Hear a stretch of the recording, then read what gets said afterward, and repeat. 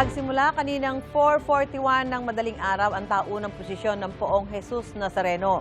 Galing sa Quirino Grandstand, dadalhin ang poon sa Minor Basilica and National Shrine of Jesus Nazareno o Quiapo Church. Ang ruta, kapareho rin noong nakaraang taon.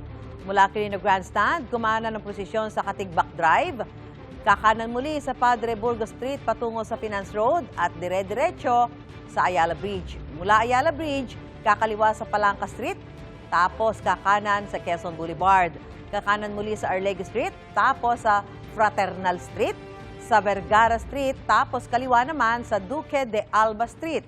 Sunod, kakaliwa sa Castillejo Street, kaliwa uli sa Parnesio Street, tapos babalik sa Arlegui Street.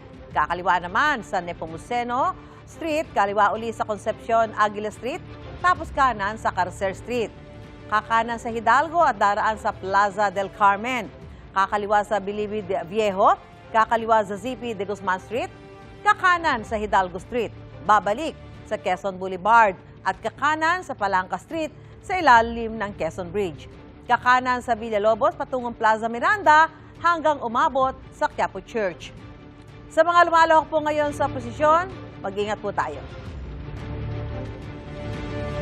Gusto mo bang mauna sa mga balita? Mag-subscribe na sa GMA Integrated News sa YouTube at tumutok sa unang balita.